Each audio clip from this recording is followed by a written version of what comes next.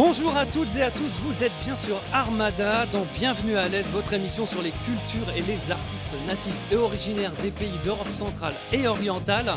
À la réalisation de l'émission, on retrouve Eric et puis un merci à Timmy d'être passé. Bonjour Eric, à mes côtés Gabriel d'Antoine. Bonjour Gabriel. Bonjour Jérôme.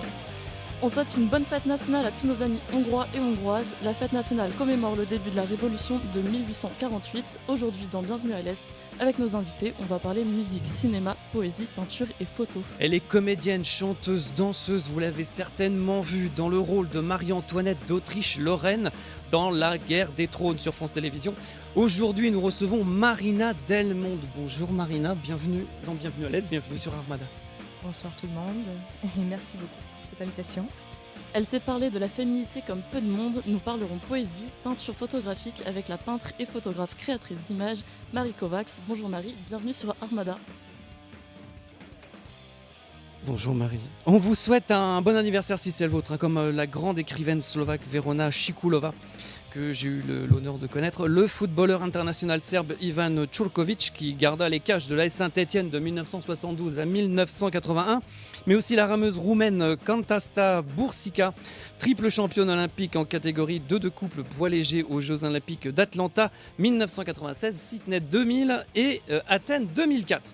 Bon anniversaire aussi à la gymnaste artistique ukraino-bulgare Victoria Karpenko, au sauteur à ski estonien Jens Salomae ou encore à la handballeuse internationale bosnienne, la capitaine Sladana Topic qui a joué pivot en France dans les clubs de Celles-sur-Belle et Montluçon. Une pensée pour la légende géorgienne de la lutte libre Levan Tediashvili, disparu il y a tout juste un mois, et à l'athlète ukrainienne Tetiana Poroshenko, championne olympique aux Jeux Olympiques de Moscou en 1980 sur le relais 4x400 mètres, qui étaient tous nés un 15 mars. Selon le dicton du jour, à la mi-mars, le coucou est dans l'épinard. Et ouais, sa voix est largement plus belle que celle du coucou, vous allez le voir, ça va être merveilleux. Avant de la retrouver, voici sur Armada Marina Delmonde et une bande démo qui vaut vraiment le détour. A tout de suite sur Armada.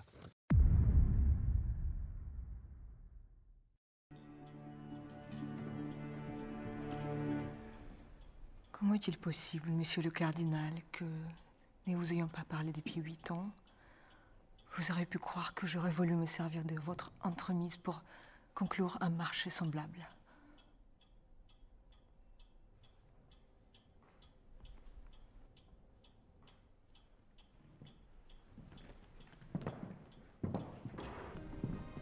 Comment vous portez-vous aujourd'hui, madame? Venez auprès de moi. Madame de Noailles, laissez-nous, je vous prie.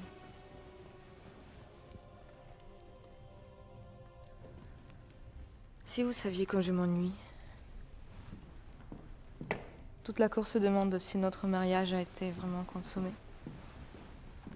On m'oblige à boire du lait d'ânesse pour me fortifier.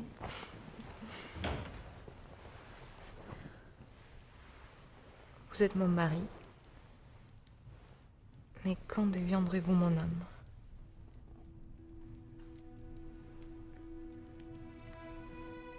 J'étais à côté d'hommes que j'aimais et je voulais ma fille. Et j'étais libre. Pour la première fois, libre.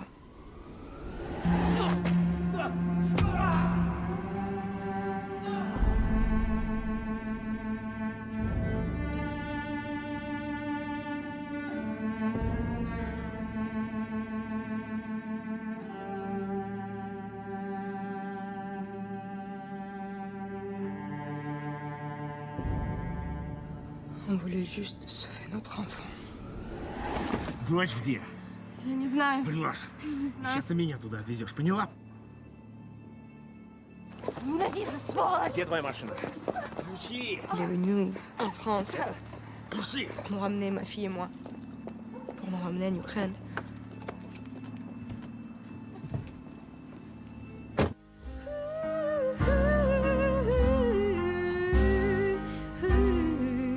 Sweet dreams are made of these. Who am I to disagree? I travel the world and the 7 seas. Everybody's looking for something.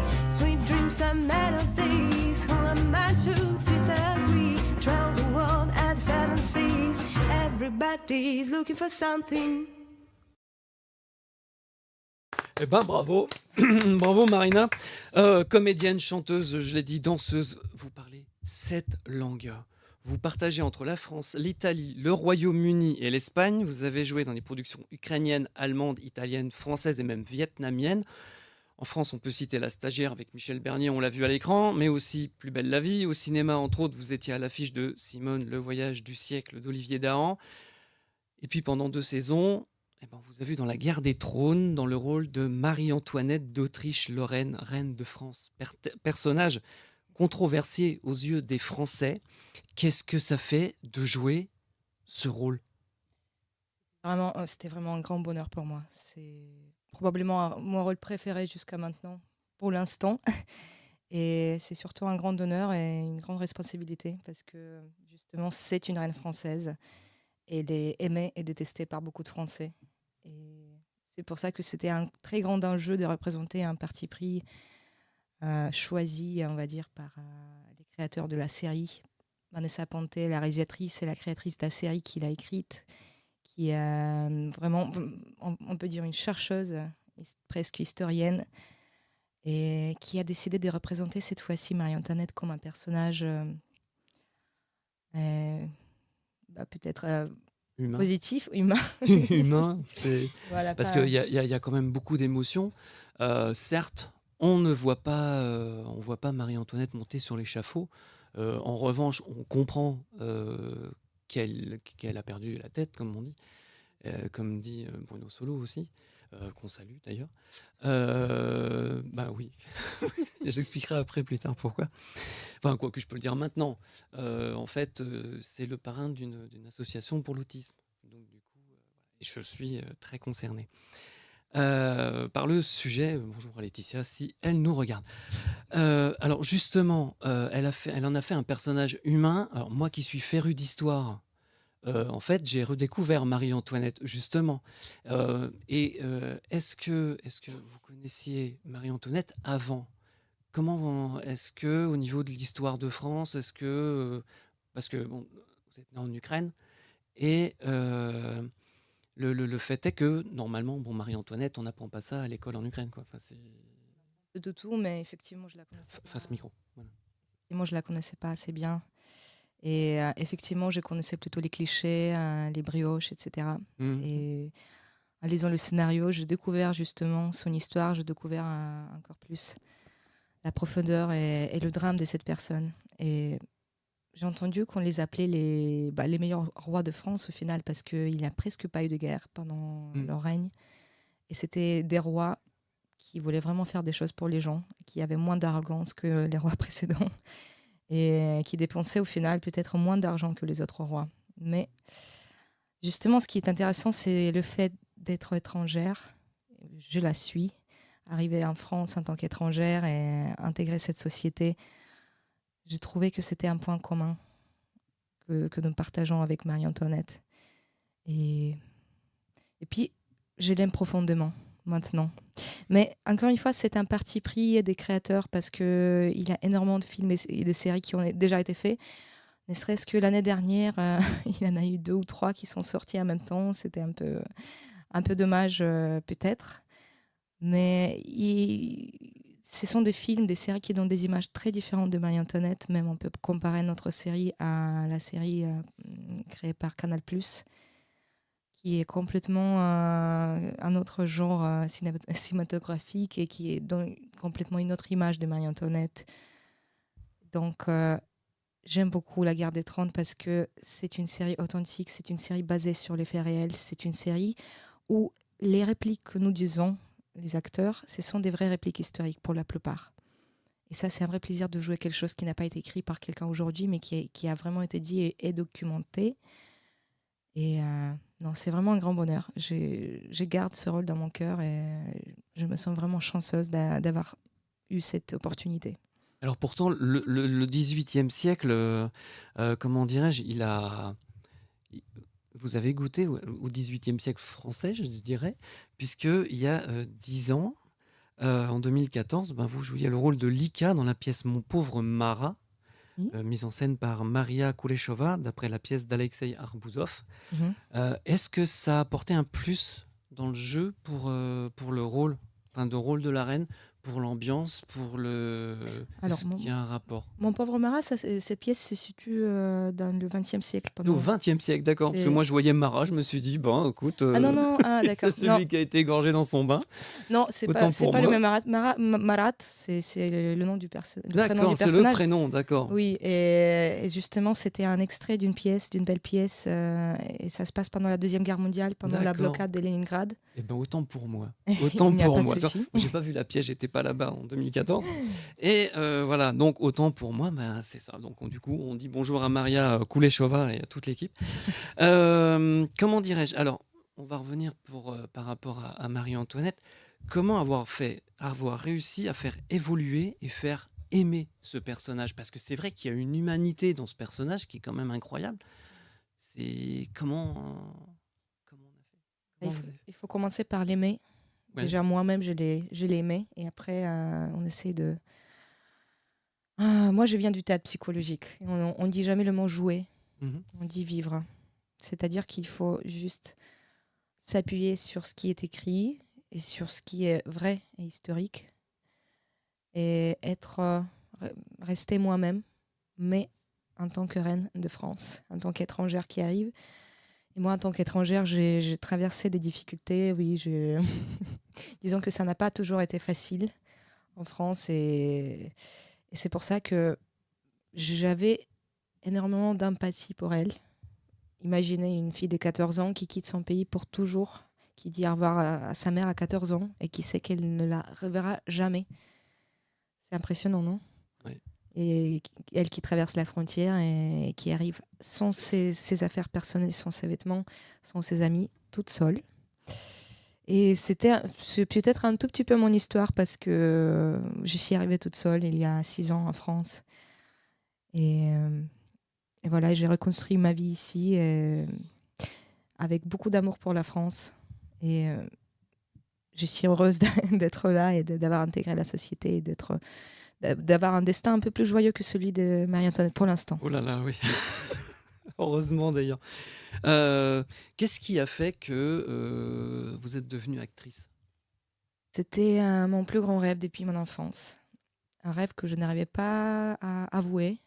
Assumer, oui, dans ma tête, au fond de moi, mais je viens d'une famille où il n'a jamais eu d'artiste. Enfin bon, mais mes parents sont des artistes dans leurs âmes. Mais il n'a jamais eu aucun artiste professionnel dans ma famille. Donc, avouer déjà à ma famille que je veux devenir actrice, ça n'a pas été facile. Ça n'a pas forcément été tout de suite félicité, même pas du tout. Mais ça a toujours été mon rêve, et surtout, le jeu nous donne une opportunité vraiment unique de voyager dans le temps. Parce que la machine à voyager dans le temps n'a pas encore été inventée, hélas. J'espère que ça sera bientôt le cas. Mais le cinéma et le théâtre nous permettent de voyager dans le temps. Et pour moi, c'est le plus grand plaisir qui existe. Donc, depuis mon plus jeune âge, j'étais passionnée par les films historiques, par les séries aussi. Et c'était juste un rêve qui me semblait presque irréalisable, mais aussi, c'était la seule chose que je voulais faire de ma vie. Eh ben, c'est réussi. On va voir aujourd'hui, comment dirais-je, donc, le mois dernier, vous revenez d'Italie. Et en fait, il y a un rôle d'espionne dans une série italienne qui s'appelle donc Blackout 2 Vite Sospese, en italien. Donc, avant d'en parler, on va regarder le teaser de cette série diffusée par la Rai Uno. Pour ceux qui l'ont en France, ils pourront regarder la télévision. En attendant, donc, la deuxième saison qui va arriver. Tout de suite, le teaser de Blackout Vite Sospese.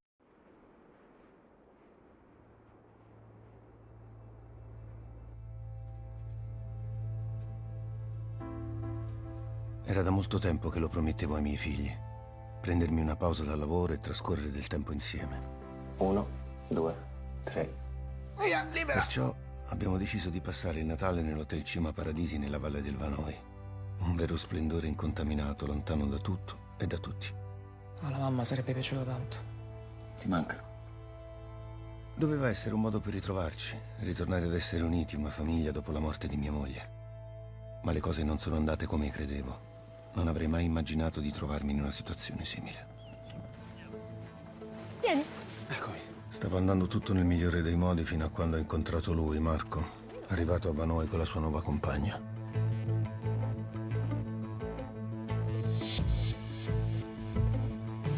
Marco non è un ospite qualunque, ma l'ex marito di una donna che con la sua testimonianza può cambiare per sempre la mia vita e quella della mia famiglia. Ti rendi conto del rischio che ci stai facendo correre? Hai fatto saltare la copertura. Ti assegneranno un altro nascondiglio, ma questa volta senza di lei. No, mia figlia resta con me.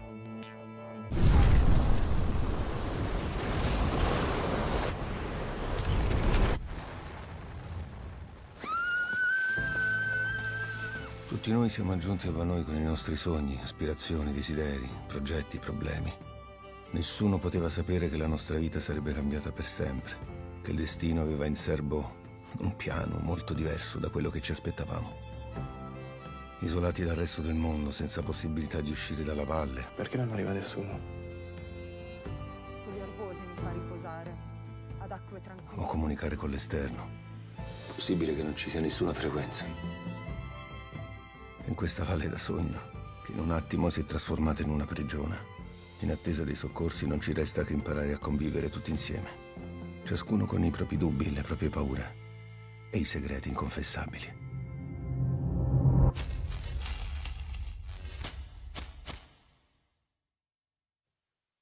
Suspense, espionnage, bientôt, vivement la 2e saison. Et justement, en matière d'espionnage, alors, il y a donc Marina Delmonte joue Natacha. C'est une espionne. Mais quel genre d'espionne est-elle? Ça reste à Si on découvrir. peut dire quelque chose.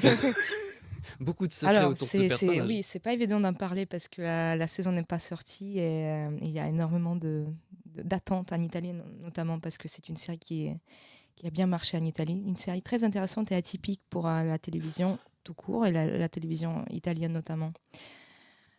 Je pense que je vais juste dire que je vais juste parler de la série, un peu vous Ouais. raconter de quoi il s'agit. Alors, il faut aller voir la série, hein, Rai Ono.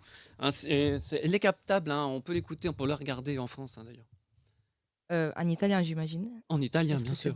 Je ne sais pas si ça a été doublé en français, mais en tout cas. Papa, oui. si tu me regardes. Alors oui, donc c'est une histoire qui a été tournée et qui se passe dans la Valle di Vanoi, la vallée de Vanoi, qui est un vrai endroit en Italie, dans le nord de l'Italie, où j'ai passé du coup un mois de ma vie récemment. Un endroit magnifique, la nature, la montagne. Et une chose très étrange se produit, un blackout, donc une coupure d'électricité partout et un tremblement de terre. Et à partir de ce moment-là, un groupe de gens dans un hôtel à la montagne, ils restent bloqués, isolés du monde entier, sans la connexion, sans comprendre comment s'en sortir et sans pouvoir contacter leurs proches. Et on essaie de comprendre ce qui se passe et petit à petit, ils découvrent qu'il y a eu quelque chose de très grave qui s'est passé dans le monde entier. Et petit à petit, on commence à soupçonner, à comprendre que le monde autour n'existe presque plus, que c'est l'apocalypse. Et ce petit groupe de personnes ils restent bloqués à la montagne, ils essayent de s'en sortir de toutes leurs forces, ils commencent à se prendre un peu la tête entre eux et s'entretuer un peu aussi, mais sans savoir qu'en fait, alors ça, je ne peux pas encore raconter parce que Non, ça, pour le coup, alors, c'est la 2e savoir la saison. suite, il faudra regarder la saison. Tout à fait, C'est ça voilà. qui est cool. Et pour parler du personnage, c'est un personnage très mystérieux qui apparaît dans la 2e saison et je me sens très très chanceuse de rejoindre le cast de cette série. Pour moi, c'est un rôle qui n'a pas été facile et qui est complètement atypique et surprenant parce que je joue une femme militaire, presque un homme militaire. Au début, on va penser que je suis un homme. Là, voilà, je vous ai dévoilé quand même un petit secret de la série. Alors, imaginez Marina en homme. Difficile à imaginer. Je pense que C'est compliqué. l'équipe Ouais. a eu du mal aussi quand ils m'ont vu pour en Le vrai. make-up a travaillé. Non, pas du tout justement. Ah bon? Le make-up, il était presque inexistant. Et ça, c'était vraiment c'était un vrai défi pour moi qui a toujours voulu incarner la féminité. Et là, j'étais habillée sur quelque chose de très sportif, très militaire, pas très féminin. Et je devais avoir cette attitude masculine. Et ça, c'est vraiment pas facile à faire. Et en plus, il faut quand même être entraîné. Mm. Il a eu beaucoup de scènes d'action, énormément des scènes d'action, du combat. Et on courait dans les forêts, on prenait les motoslita comme C'est sidecar. Non, c'est pas ça. C'est les motocross. moto de neige, on Ah, va moto dire. de neige, ouais. Motoneige. Et on tournait en pleine nature avec des conditions météo très diverses. Parfois, on attendait la neige, elle n'arrivait pas et on devait l'amener en hélicoptère dans les lieux où on devait jouer. D'autres fois, justement, il pleuvait, il neigeait quand c'était pas le bon moment. Donc, on a vécu une vraie aventure tous ensemble. Là, il continue à tourner. C'est la dernière semaine, le tournage s'arrête demain. Je vous convie justement à suivre cette aventure vivement, là, donc justement cette deuxième saison, puis regardez la première, parce que première vue sur Rai Uno, c'est... Oui, tout à fait. Elle est disponible en replay aussi. en Italie. Je ne sais pas comment on peut la trouver en France. Sur Rai Uno, je pense que replay Rai Uno, ça doit marcher, ça. Ça pourrait, mais je pense qu'il faut être en Italie pour que ça marche. Mais bon, les solutions se trouvent. En tout cas, je vous la conseille vivement parce que j'ai bien aimé la première saison et l'histoire est très, très complexe, très intéressante. Et sinon, le replay de La Guerre des Trônes. Absolument. Ça, c'est bien pour apprendre l'histoire de France. C'est super bien fait avec les cartes commentées par Bruno Solo et l'histoire. Tout à fait. La Guerre des Trônes est disponible en replay jusqu'au mois de juin. Jusqu'au mois de juin. Oui, donc vraiment, vraiment, vraiment, j'ai envie de la conseiller à tout le monde. Il faut. On va passer à la chronique cinéma.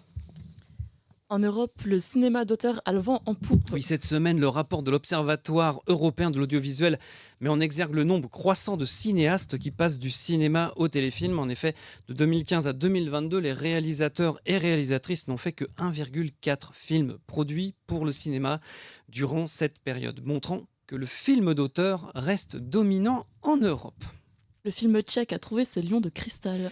En République tchèque, la 31e Český lev, la soirée du ČFTA, Česká filmová a Televizní Académie, a attribué ses lions de cristal 2024 récompensant le cinéma tchèque au Dvořák Hall. Parmi les lauréats, le plus grand nombre de statuettes a été attribué à 2 formats. La série télévisée Vola, qui a vu récompenser son acteur principal Krzysztof Hadek et dans un second rôle Tomáš Ježabek, et le thriller de science-fiction Bod obnoví, en français Point de restauration, un film de Robert Rose avec Andrea Mojlova, une production tchécoslovaco-polono-serbe pour ce film à l'histoire passionnante qui se déroule en 2041, c'est-à-dire dans pas longtemps, lorsque la technologie garantira une vie meilleure et que les gens devront payer pour vivre plus vieux ou avoir le droit d'être réanimés après un accident ou une mort non naturelle à travers une sauvegarde numérique de leur personnalité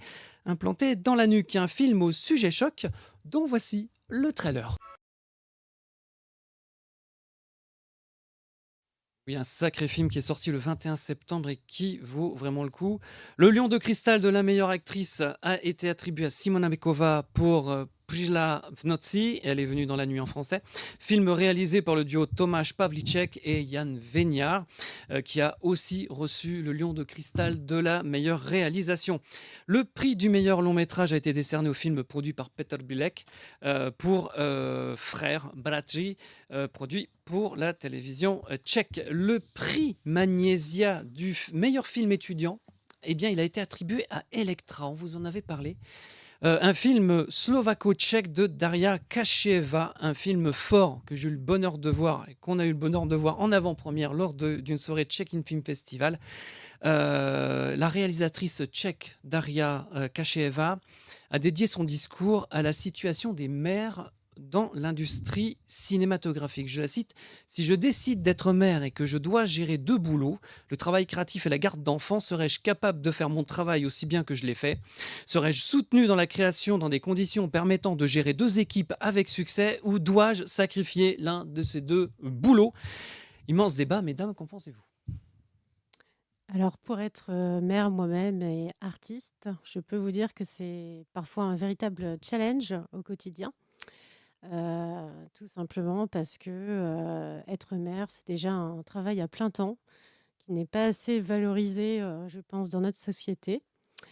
Et artiste aussi, c'est exactement la même chose, c'est-à-dire que c'est des fonctions qui prennent énormément de temps et donc c'est très difficile de concilier les 2 en même temps. Je pense qu'il y a encore beaucoup de choses à faire à ce sujet en France et autant pour les femmes artistes que les femmes qui décident d'être mères tout simplement pour, qu'on soit un petit peu plus aidées. Merci. Marina, un mot. Ouais, Alors, je Et suis pas maman. peut-être pas la mieux placée pour répondre à cette question, mais c'est une question que je me pose justement assez souvent parce que je suis assez d'accord avec toi. C'est que être mère, certainement, c'est un travail à temps plein. Mais être artiste, c'est encore pire parce que en fait, ce qu'on fait, c'est notre passion, on se la sort jamais de la tête. C'est pas un travail qu'on fait entre 9h et 17h. Exactement. Je ne sais pas comment faire. Ouais.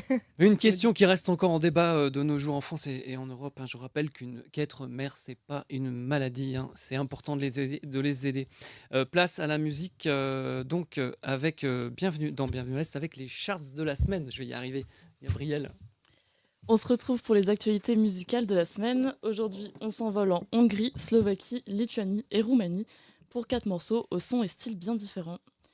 On commence par le rappeur hongrois Manuel avec Tiara, son titre sorti il y a 3 semaines, qui fait top 1 Spotify et Apple Music avec 3,4 millions de vues. Alors qu'on pense au premier abord que le clip nous emmène dans une ambiance de vacances en bord de mer avec bel hôtel et jolie meuf, on se rend compte qu'il s'agit d'une réinterprétation du mythe de Médusa mis au goût du jour. En effet, la jeune femme qui intéresse le chanteur se trouve avoir une chevelure de serpent vivant, à l'image de cette fameuse gorgone mortelle de la mythologie grecque. Cette figure terrifiante de l'Antiquité transforme les hommes en pierre s'ils croisent son regard, ce qui explique la cagoule du rappeur ou autre bandeau et lunettes sur ses yeux. Ses accessoires complètent son look bien de nos jours, jean, sweat, basket, tout comme la jeune femme à l'outfit, ongles et bijoux très stylés. C'est un clip réussi, avec de très belles images et effets graphiques assumés, notamment une nature omniprésente qui paraît presque maléfique, avec les arbres tortueux et une mer déchaînée. La lumière cependant est très douce, tout comme la mélodie, rythmée comme il faut. La voix nasale du chanteur et ses phrases peu articulées rendent à peine reconnaissable le hongrois. D'ailleurs, ses paroles sont aussi énigmatiques que son articulation et n'ont finalement rien à voir avec les images proposées. Il y a un véritable décalage de style entre ces images poétiques et les punchlines salées et de mauvais goût qu'il réserve à son crush, qui joue bien son rôle de femme piège, alors qu'il succombe à la tentation et se transforme en pierre à la dernière seconde du clip, sans même avoir pu la toucher. Malgré son attirance, il n'a pas hésité à la tacler de ses mots, mais c'est elle qui repart victorieuse sur son île. En Slovaquie, un peu le même délire en termes de décalage paroles et images, avec le top YouTube Mam Tarad, sorti il y a 3 semaines. On y voit les chanteurs Kali, Alan Murin et Shorty en mode bande de potes lors de leur concert, qui s'éclatent en coulisses et sur scène, alors que les paroles abordent, comme on en a l'habitude, un message d'amour éternel un peu bateau. Le message reste tout de même optimiste, à l'image de l'ambiance joyeuse et festive qu'il dégage. Ils font la fête, jouent aux cartes, boivent des shots entre mecs. Bien que tatoués jusqu'au cou, ils ne jouent pas au dur, rendant le tout bon enfant. Ce clip met de bonne humeur, notamment grâce à ce rythme entraînant et ses basses pop. En plus de cet accompagnement assez basique, on retrouve des éléments orientaux qui participent au côté convivial, avec des airs bien roulés, des répétitions de syllabes, des clappements de mains et de pieds, ainsi que des chœurs a cappella. Ils ne se prennent pas au sérieux. Tout le monde a l'air un peu perché, que ce soit par leur look déglingué ou avec la foule qui danse à fond dans un décor disco teinté années 80 à base de paillettes colorées et projecteurs cheap. Ce morceau en route pour les 2 millions de vues est vraiment sympa et saura vous donner le sourire. Place à la Lituanie avec Jessica Shai qui revient en tête des classements YouTube avec son morceau aux 11 millions de vues, c'est Apkabink.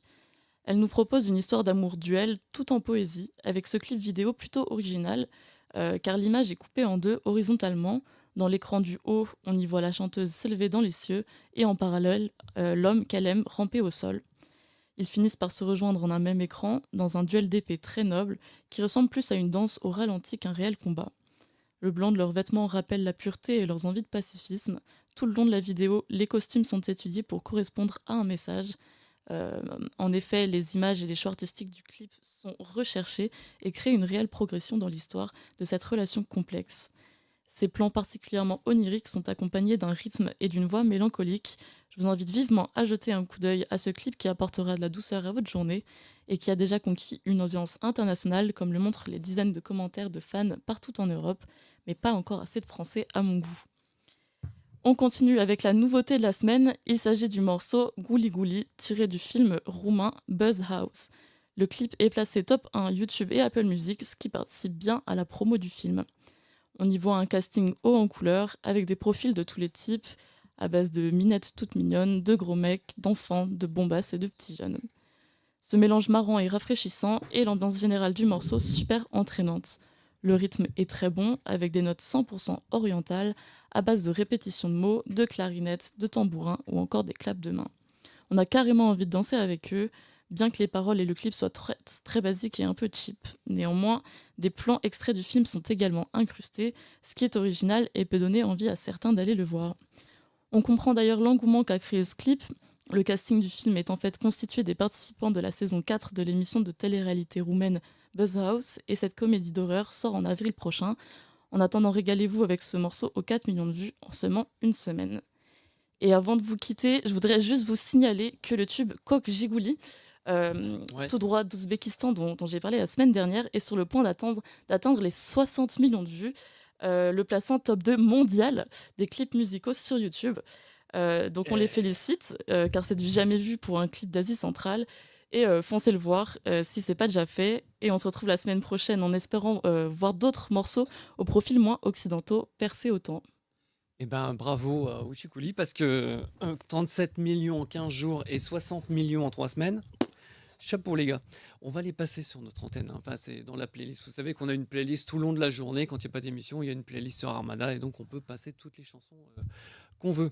Là, pour l'instant, on va entendre une chanson avec une voix sublime. Ça s'appelle All That Jazz, une chanson que je connais très très bien. Voici Marina Delmont, All That Jazz.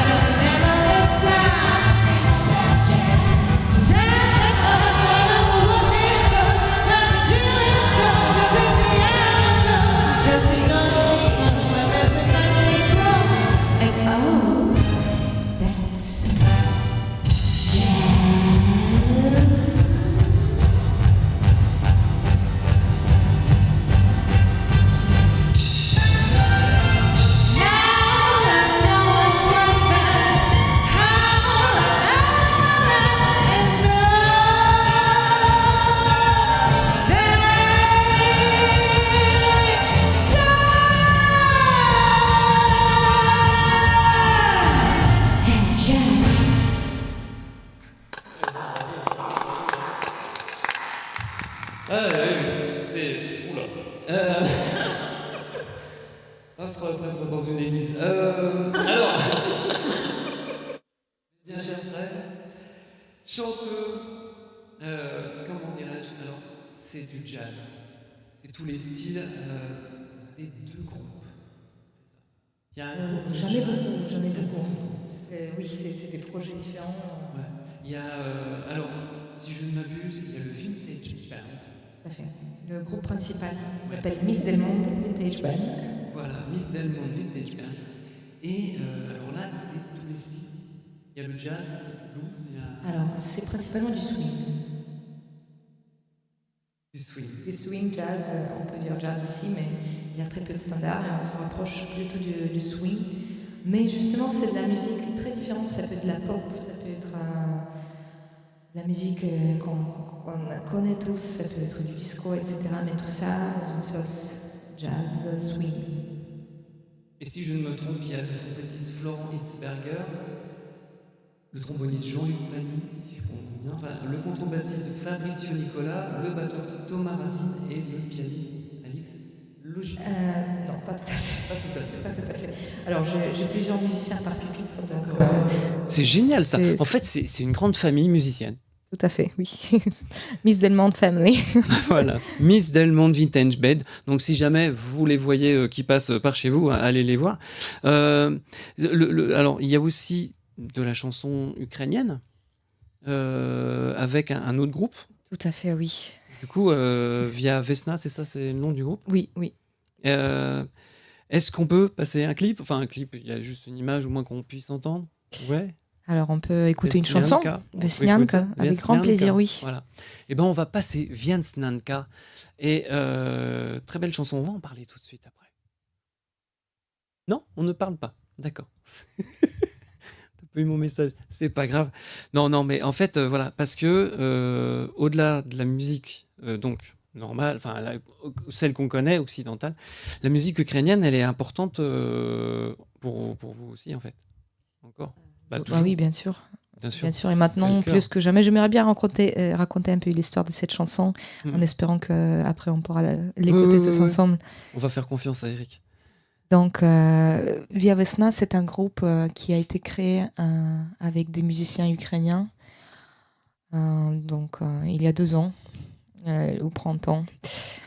Et c'était ce moment-là quand je suis sortie d'un état d'apathie où je sentais que je devais faire quelque chose et en même temps je me sentais incapable de faire quoi que ce soit parce que tellement quelque chose, la guerre c'est tellement quelque chose qui nous abat, qui nous rend malheureux qu'on est presque incapable de créer. Et pendant un mois j'étais incapable de faire quoi que ce soit et puis enfin je suis sortie de cet état. Et je me suis dit, maintenant, on va faire des choses. Et j'ai eu la chance de rejoindre un très bel événement caritatif, le grand gala de charité, qui a été organisé donc, dans le château de Saint-Barthélemy, pas très loin de Paris. Et je me suis occupée de la coordination artistique. Et j'ai eu donc l'opportunité de rencontrer déjà et d'inviter plein d'artistes ukrainiens très intéressants pour participer à ce concert. Et juste avant, j'ai eu un coup d'inspiration et j'ai écrit cette chanson dans laquelle j'ai mis toute la douleur que je ressentais. Et après, cette chanson a été enregistrée cet été-là.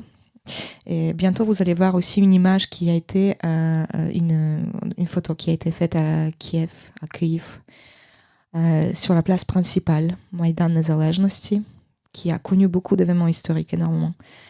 Et on va peut-être en reparler quand vous allez voir l'image, parce que c'est une image qui a beaucoup d'importance pour moi. Et donc, nous avons eu l'occasion d'enregistrer cette chanson qui s'appelle Vesnianka. Vesnianka, c'est un chant traditionnel ukrainien qui invite le printemps.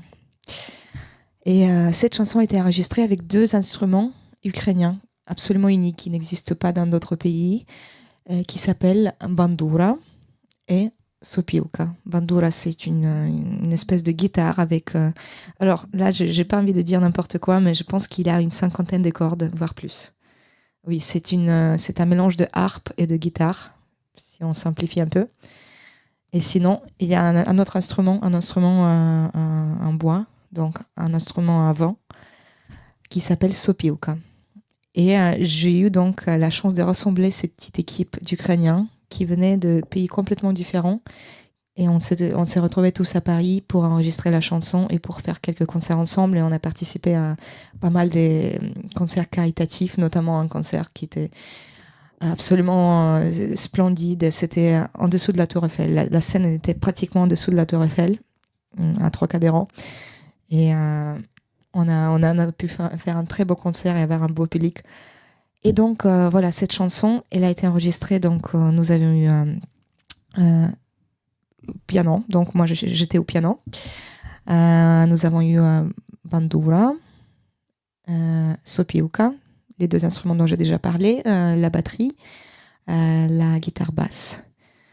Et voilà, j'en profite pour remercier tous les gens qui m'ont aidé dans ce projet, les musiciens, l'ingénieur son Silvio Ilardo qui a enregistré la chanson et qui a passé beaucoup de temps là-dessus, et aussi les musiciens.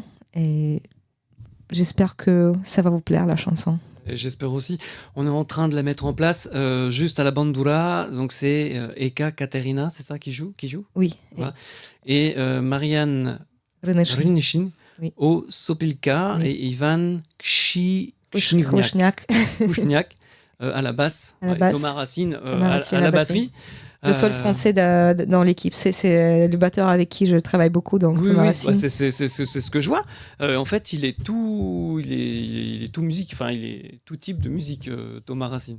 Enfin, il arrive, enfin il ressent bien les choses. Disons que il est vraiment spécialisé dans le jazz New Orleans. Mm-hmm. C'est vraiment son fort. Mais bon, comme n'importe quelle personne de talent, il peut s'adapter à d'autres styles. C'est un champion. On va l'écouter tout de suite d'ailleurs avec tout le groupe via Vesna. Voici Vesnianka.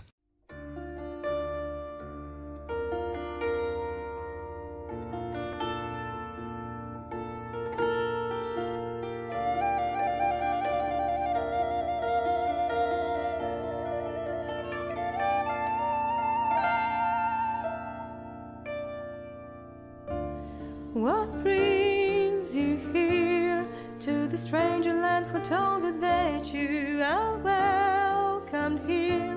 Never needed you to save us from ourselves with the bloody guns.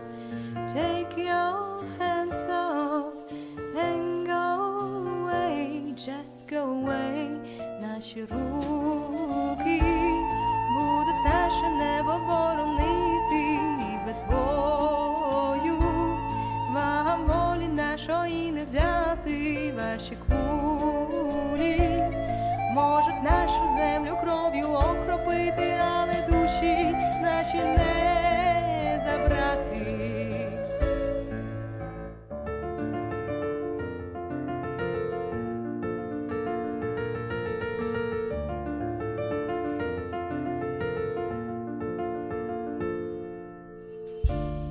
Take back your lives.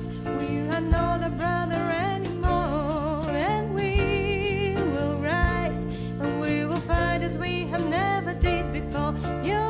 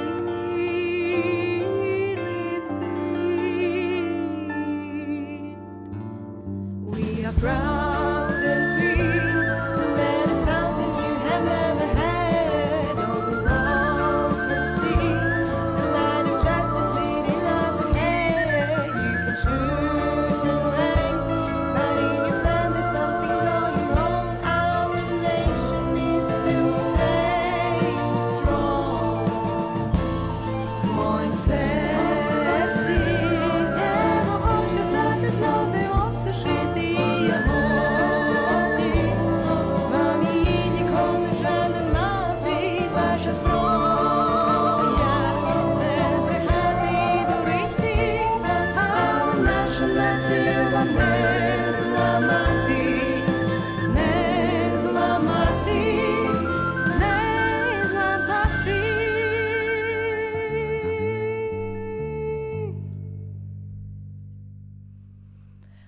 Oj, vesnjanočko, vesnjanko,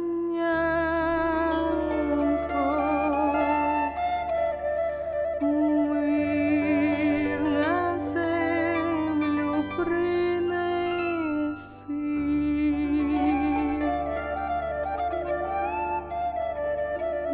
Naše šťastia obicianka, nam nadiju vsim nesi.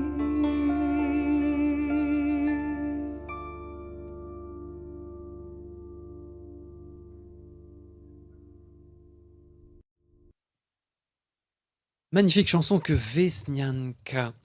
Alors, on va revenir sur la photo que vous avez eue pendant cette chanson. Pour ceux qui nous regardent sur Facebook, sur les réseaux, sur Star Stills TV et partout, Twitch, voilà. Cette photo, en fait, elle a été prise donc sur une place. Comment on peut définir le costume et la photo en elle-même? Pour moi, c'est une sorte de prière, un tenue traditionnel. Et j'aimerais bien raconter l'histoire de cette photo parce que elle a été prise pendant mon premier séjour à Kiev depuis le début de la guerre. Et non, pardon, le deuxième, c'était en août 2022.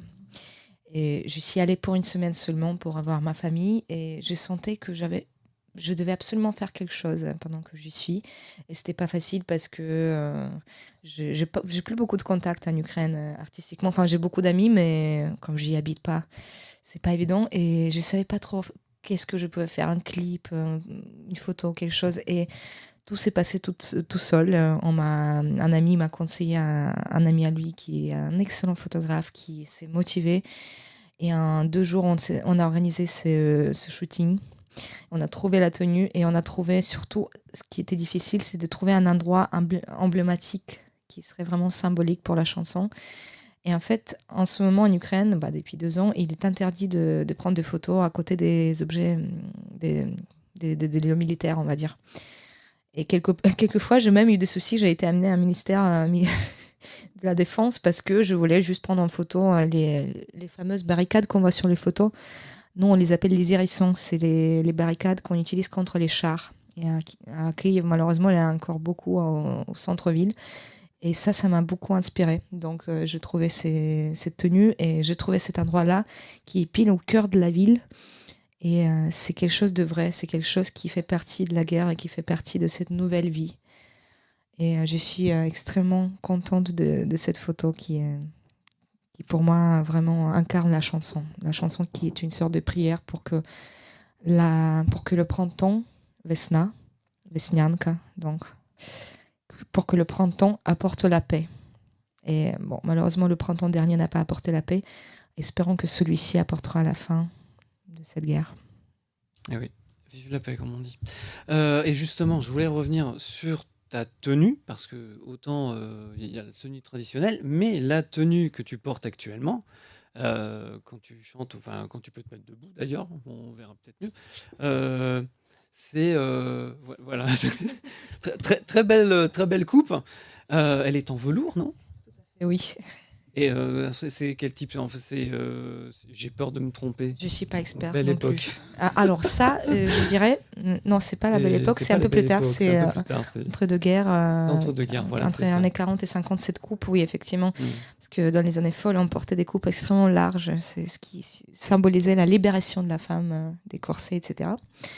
Et moi, du coup, je reviens au corset parce qu'aujourd'hui, on est tellement libre que j'ai envie de revenir à quelque chose d'historique, quelque chose que les femmes ont porté pendant des siècles et des siècles, quand même, les corsets. Et d'ailleurs, quand je faisais le rôle de Marie-Antoinette, c'était l'occasion de porter ces tenues-là avec des paniers qui faisaient cette largeur-là.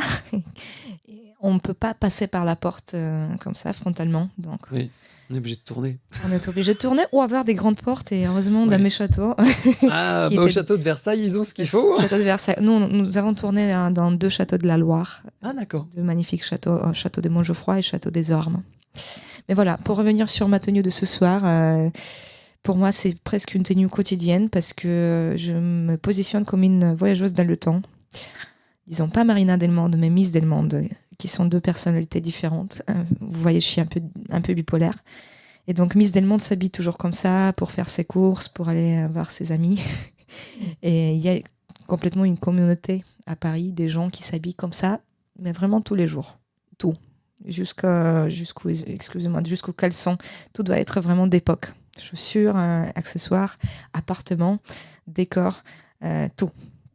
Et je fais un tout petit peu partie de cette communauté. On fait des belles soirées à Paris et on voyage dans le temps, on fait voyager dans le temps, on fait vivre quelque chose comme Midnight in Paris, si vous avez vu ce film. C'est vraiment c'est l'immersion totale, c'est magique. Et je fais des soirées comme ça assez régulièrement avec Miss Delmonde Vintage Band. On fait beaucoup de soirées différentes dans des lieux différents, dans des châteaux, des soirées privées, mais aussi des soirées très intéressantes, des soirées artistiques à Paris qui, justement, peuvent vous amener ailleurs, dans une autre époque, qui peut être l'époque des années folles ou l'époque des années 40, 50, avec des super musiciens, avec des super artistes. Et j'aimerais bien aussi parler d'une soirée qui aura lieu samedi prochain à Paris. Ouais. C'est où ? Alors, ça sera à Montmartre. C'est une soirée organisée par un nouveau collectif artistique qui s'appelle Mouvement Montmartre. Et son but principal, c'est de faire revivre Montmartre d'autrefois, comme endroit emblématique artistique de Paris. Et ce samedi, le 22 mars, aura lieu la 3e soirée de ce mouvement. Et c'est une folie totale. Il y a des excellents artistes, il y a de la musique, de l'effeuillage, de la peinture en live. Il y a des danseurs, des danseuses. Et l'endroit, c'est un lieu secret. Je ne peux pas vous dire où ça aura lieu, mais vous pouvez trouver des informations sur Internet. Le lieu sera annoncé le jour de la soirée. C'est à Montmartre. Ouais. Mais c'est un lieu absolument dans un lieu secret. Curieux. Secret, curieux, oui. Et donc, nous aurons le plaisir d'y jouer avec Miss Delmonde Vintage Band samedi prochain.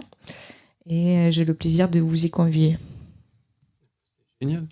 Alors, écoute, je note, 22 mars 2024 à Montmartre, dans un lieu secret. Waouh, ça promet. La soirée s'appelle La Nuit Prohibée. La Nuit Prohibée. Est-ce qu'il faut être majeur ? Absolument. Ah, voilà. La Nuit Prohibée. Voilà. Voilà, c'est ça. C'est tac, tac, tac. Et donc aussi, il y aura d'autres soirées des Miss Delmonde Vintage Band. Je vous propose de voir mon agenda sur le site missdelmonde.com. Merci beaucoup, Marina. On a tout noté. On va directement. Il est 20h21. On va faire la météo directement. On va faire la météo. Si vous partez en week-end en Europe centrale et orientale, bien sachez que demain matin, on sera sous les nuages, avec même quelques ondées sur la Hongrie, la Slovaquie, la Pologne et de la pluie faible sur la Croatie. Sur la Roumanie, la Bulgarie et la Macédoine du Nord, on aura quelques éclaircies, voire du soleil. Les températures matinales varieront de 3 à 8 degrés avec un minimum de 2 degrés à Kiev et à Košice dans l'est de la Slovaquie, 3 degrés à Bucarest et à Vilnius, 4 degrés à Berlin, mais aussi à Prague, Belgrade et Sofia, 5 degrés à Riga et à Tallinn, 7 degrés à Bratislava, 8 degrés à Budapest. Samedi après-midi, le temps restera à peu près pareil que le matin, sauf à Berlin où le temps se dégagera ainsi qu'à Prague. À l'inverse, samedi après-midi, ça se couvrira à Sofia et à Bucarest. Côté température, les maximales iront de 9 degrés à Tallinn, à Kiev et dans l'est de la Slovaquie, 11 degrés à Vilnius, 12 degrés à Riga, 13 degrés à Varsovie, Budapest, Berlin et Bucarest, 14 degrés à Sofia, 15 degrés à Bratislava, 16 degrés de maximum à Belgrade. Dimanche, le soleil aura du mal à percer, sauf en Slovaquie où le soleil brillera sur tout le pays, mais aussi sur les pays au sud du Danube, comme en Serbie et en Roumanie. On notera quelques flocons en Estonie avec moins 4 degrés le matin à Tallinn. Partout ailleurs, eh bien, ce sera couvert à largement pluvieux. Côté température, dimanche, attention parce que les giboulées de Mars arrivent avec les chutes de température. Le matin, on relèvera -1 à Vilnius, Riga et Berlin, 2 degrés à Prague, 3 degrés à Bucarest et Bratislava, 4 degrés à Budapest et Sofia, 5 degrés à Kiev et à Belgrade. Dimanche après-midi, si les températures resteront très fraîches sur une ligne allant de Tallinn à Minsk, avec 5 à 8 degrés, les températures seront dans les normales de saison, 6 degrés à Varsovie avec de rares averses, ou encore 9 degrés à Berlin et un temps couvert, 11 degrés à Prague, 12 degrés à Budapest et à Košice avec du soleil, 13 degrés à Kiev avec un temps couvert, 14 degrés ressenti 16 à Belgrade avec un temps ensoleillé. Attention tout de même aux rafales de vent de 40 km/h de secteur nord-ouest, 14 degrés à Bratislava avec du beau temps, 14 degrés à Sofia avec de rares averses. Le maximum pour dimanche, eh bien, ce sera pour Bucarest en Roumanie avec un temps ensoleillé et 16 degrés. Vivement que les giboulées de Mars partent. Après cette météo européenne, eh bien, on va passer à l'invité de notre deuxième invité, la peintre et photographe Marie Kovacs. Bonsoir. Bon, rebonsoir. Tout d'abord, je vais faire d'abord un poème que Marie Kovacs a écrit. Et ça va mettre tout de suite dans l'ambiance. Ça s'appelle La Bohémienne d'automne. Bohémienne d'automne, fille d'automne, née sous le signe de la balance. La justice et l'art sont tes attributs. Vénus, ta planète chance. Ton âme de mélancolique artiste, regarde la belle palette aux couleurs impressionnistes. De tes grands yeux verts, tu entrevois l'équinoxe, camailleux de rouge, orange et jaune paradoxe. Ton pinceau humide d'aquarelle dessine sur ton visage des taches de rousseur. On croit déjà voir le cumulus nimbus qui pleure. L'été perdu sur ton dessin qui équilibre ta saison. Octobre pâle, tu déshabilles les arbres et les fleurs de leur toison. Le crépuscule guette ton horizon et tu accueilles, dans tes longs cheveux roux, la couronne d'or et cuivre feuille. Sanglots dans ton beau jardin, quelques rayons d'or éclairent ta chevelure de feu. Voici le saule pleureur sur la berge, signant le reflet de ses adieux. Tu portes ton voile blanc de brume, deuil d'Uranus et noces de lune. De tes lèvres tu soupires sur les cendres pour raviver la flamme de tes cœurs, et apparaît l'automne, ta belle œuvre aux 1000 couleurs.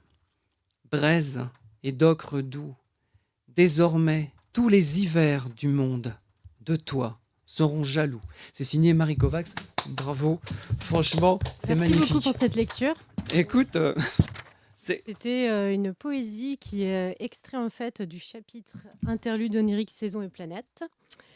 Donc, qui a pour but de personnifier les planètes et les saisons en une femme, y mettre des sentiments et de l'âme. Et donc là, comme vous l'avez certainement compris, en tout cas je l'espère, c'était pour la saison de l'automne. De l'automne, eh oui, l'automne. On n'y est plus, mais j'ai dit mais on y est, mais non, enfin quoique, avec le froid.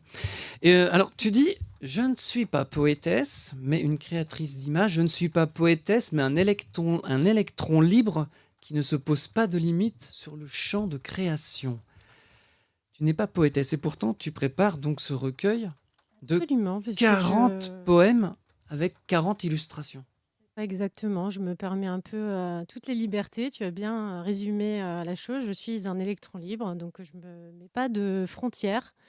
En tout cas, j'essaye d'être extrêmement libre, donc ce qui me permet de finalement mener plusieurs projets de front qui n'ont pas forcément de lien les uns entre les autres, hormis le fait que je prône en fait le beau et une certaine forme de retour au féminin et donc de paix dans le monde et dans nos vies, tout simplement. Et d'ailleurs, dans tes 3 travaux, d'ailleurs, parce que Oui. pour moi, tu es une poétesse, même si tu veux pas, tu es peintre, tu es photographe, et même dans tes poèmes, la couleur ressort.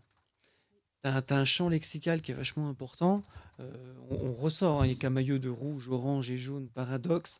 Euh, on a le voile blanc de brume, on a la braise, les ocres doux. Enfin, on voit que la couleur, tu aimes travailler ça. Oui, parce que je suis Parler. simplement en fait quelqu'un qui est surtout visuel. Mm. Donc ces poésies, avant même de les écrire, je les visualise et je vois les couleurs. Donc j'essaye en fait de pouvoir en fait faire passer ce message, vous montrer en fait ces belles couleurs d'ocre et de rouge, de jaune qui font l'automne par exemple. Voilà, simplement.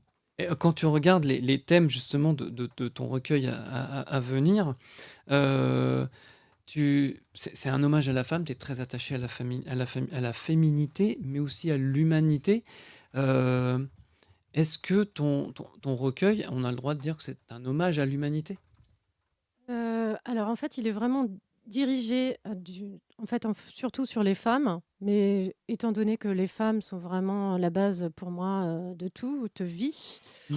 je prône surtout un retour en fait aux différences, qui existent entre les hommes et les femmes et une réunification de ces 2 énergies qui sont complètement différentes et qui peuvent, vivre en synergie.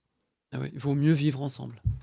Voilà, c'est ça. Donc on pourrait plutôt dire humaniste que féministe, même si on a besoin quand même aussi de faire valoir nos droits. Exactement. Alors, il y a, comment dirais-je, tes domaines, c'est la nature, c'est l'espace, la femme, la déesse, les femmes du monde, le rêve, la condition des femmes, leur souffrance. Cette réflexion, c'est sur la société, elle est importante pour toi? Oui, parce que je trouve que la condition en fait des femmes s'est beaucoup améliorée dans pas mal de pays, Mhm. notamment la France. Malgré tout, il reste quand même pas mal de chemin à faire pour améliorer certaines choses. Il faut surtout pas oublier aussi que dans certains autres pays, certaines femmes souffrent et il y avait énormément de choses encore à améliorer. Donc moi, je propose juste un regard, une réflexion à ce sujet et en respectant évidemment chaque femme du monde avec que ce soit en termes de religion, de rite ou de coutume. Euh, Est-ce que, enfin, au-delà de ça, donc la société, une ode à la nature. Moi, je trouve que ça respire la nature dans tes œuvres et même dans tes œuvres au total, parce que même la photographie et la peinture, et on en voit à l'écran, si vous nous suivez sur les réseaux et télévision, vous pouvez voir donc des tableaux de Marie Kovacs. On voit la couleur, on voit la femme, on voit la nature. L'homme fait partie de la nature, C'est ça. Donc l'humain. dans cette série, en fait, c'est comme des autoportraits où j'ai mis quelques anagrammes les uns avec les autres. Donc vu que je m'appelle Marie, j'avais fait l'anagramme Aimé. Mhm. Et l'anagramme de magie, c'est image. Donc en fait, toute la série tourne en fait autour de ces anagrammes-là. Et c'est comme une forme d'autoportrait. Voilà, tout simplement. Donc là, il faut encore que je travaille les grands formats. J'ai fini les petits formats. Et voilà, c'est vraiment une forme de... Quand moi je dessine, c'est une forme de méditation active, quelque chose vraiment où je me recentre en moi-même et j'espère en fait pouvoir transmettre aux gens qui voient mes œuvres une certaine forme de sérénité, de paix et voilà, faire... Et on peut en voir plusieurs, exactement. On voit qu'on est au cœur, enfin la femme est au cœur de la nature. Là. Là, c'est oui, évidemment, le printemps, donc c'est l'éclosion des sakuras, des cerisiers en fleurs. Mm. Et on peut voir que cette femme aussi s'épanouit au même titre que le printemps. Et oui, elle a le cœur ouvert. Quand tu peins, alors, sur Vegetalis Glossarium, c'est un bel exemple. C'est quoi ta démarche artistique? quand tu peins? Démarche artistique, en fait, c'est vraiment de mettre donc la femme au centre. Donc au premier, vous voyez, il y a une femme qui ressort vraiment. Ensuite, je vais appliquer de l'aquarelle, puisque c'est de l'aquarelle, des encres aquarelles. Presque par tâche, on va dire que c'est pas vraiment réfléchi, même si vous voyez à la fin quelque chose de très réfléchi, parce qu'il y a beaucoup de couches qui sont appliquées les unes après les autres. Et ensuite, je passe en fait un trait d'encre de Chine tout autour de toutes les formes que j'ai pu faire en couleur. Et ça fait comme une certaine forme, en fait, un peu de la calligraphie. Ça me fait penser à un acte de calligraphie où je définis un peu tout comme ça. Je m'inspire un peu de l'art nouveau. Je ne sais pas si vous connaissez. Donc, c'est un art qui est quand même assez total, donc qui est très rempli. C'est vraiment enveloppant, comme la flore ou qui s'enroule autour d'une branche ou n'importe quoi. Et je pense que c'est une forme d'introduction à la poésie, tout simplement. Alors d'autres, hein, là, c'est la même verve. Et mais on voit la sérénité qu'il y a dans tes peintures. C'est incroyable. Enfin, c'est calme. Je pense C'est que faire, j'évoque une certaine forme de rêve, en fait, de ce que j'aimerais bien vivre parfois. Habitant à Paris, dans le 9e, je ne vis pas forcément comme ceci. Je ne fais pas beaucoup de siestes sur un lit de fleurs. Et c'est vrai que je trouve que malgré tout, on devrait un peu, globalement, tous les humains qui vivent en ville, se reconnecter un peu plus peut-être à la nature et ralentir le rythme et se remettre plus au rythme des saisons et tout simplement du monde. On va pouvoir regarder certaines, voilà encore une. Et alors, ce qu'il y a, c'est que moi, ce que je remarque, c'est qu'il y a beaucoup le vert. Le vert, c'est la couleur de l'espoir. C'est l'espoir, ça t'enchante. Enfin, je veux dire, il y a une espérance et tu crois vraiment. Enfin, ça fait partie de toi. Je pense être quelqu'un qui est profondément optimiste. Et donc, oui, l'espoir, c'est quelque chose de très important. Et il faut toujours garder espoir dans n'importe quelle situation, puisque il y a beaucoup de phases dans la vie. Et comme les saisons, il faut savoir attendre parfois que le printemps arrive. Et Ouais. parfois, c'est l'hiver et c'est difficile. Mais Il faut que ça se régénère. Il faut que ça c'est se ça, régénère. exactement. Il faut être Régénère, attentif au cycle de Tout simplement. la nature et de la vie, tout simplement. Exactement. Et alors, on va voir certaines de tes photos, parce que tu as fait aussi Tokyo Girl. Et Tokyo Girl, alors, il y a un accent qui est mis. Alors, beaucoup de couleurs, toujours. Et c'est ça qui est bien. Et on voit les oppositions entre le jaune. Enfin, c'est le bleu. Il y a un peu de rouge, parce que Tokyo Girl, c'est rouge. Et on va voir d'autres photos aussi dessus. Le spectateur, en fait, il a une notion, parce qu'en fait, elle ne le voit pas quasiment.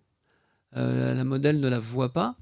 C'est un peu comment dirais-je, on plonge littéralement dans les photos. Donc, le spectateur, en fait, c'est un voyeur, en fait.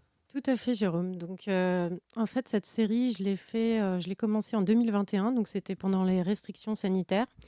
Elle s'appelle Tokyo Girl, elle est encore en cours. Je vais pouvoir reprendre à partir du mois de mars avec quelques modèles, parce que j'attendais justement qu'il y ait un peu plus de lumière chez moi, qui me sert également d'atelier. Donc, toutes les photos que vous voyez ici ont été réalisées chez moi.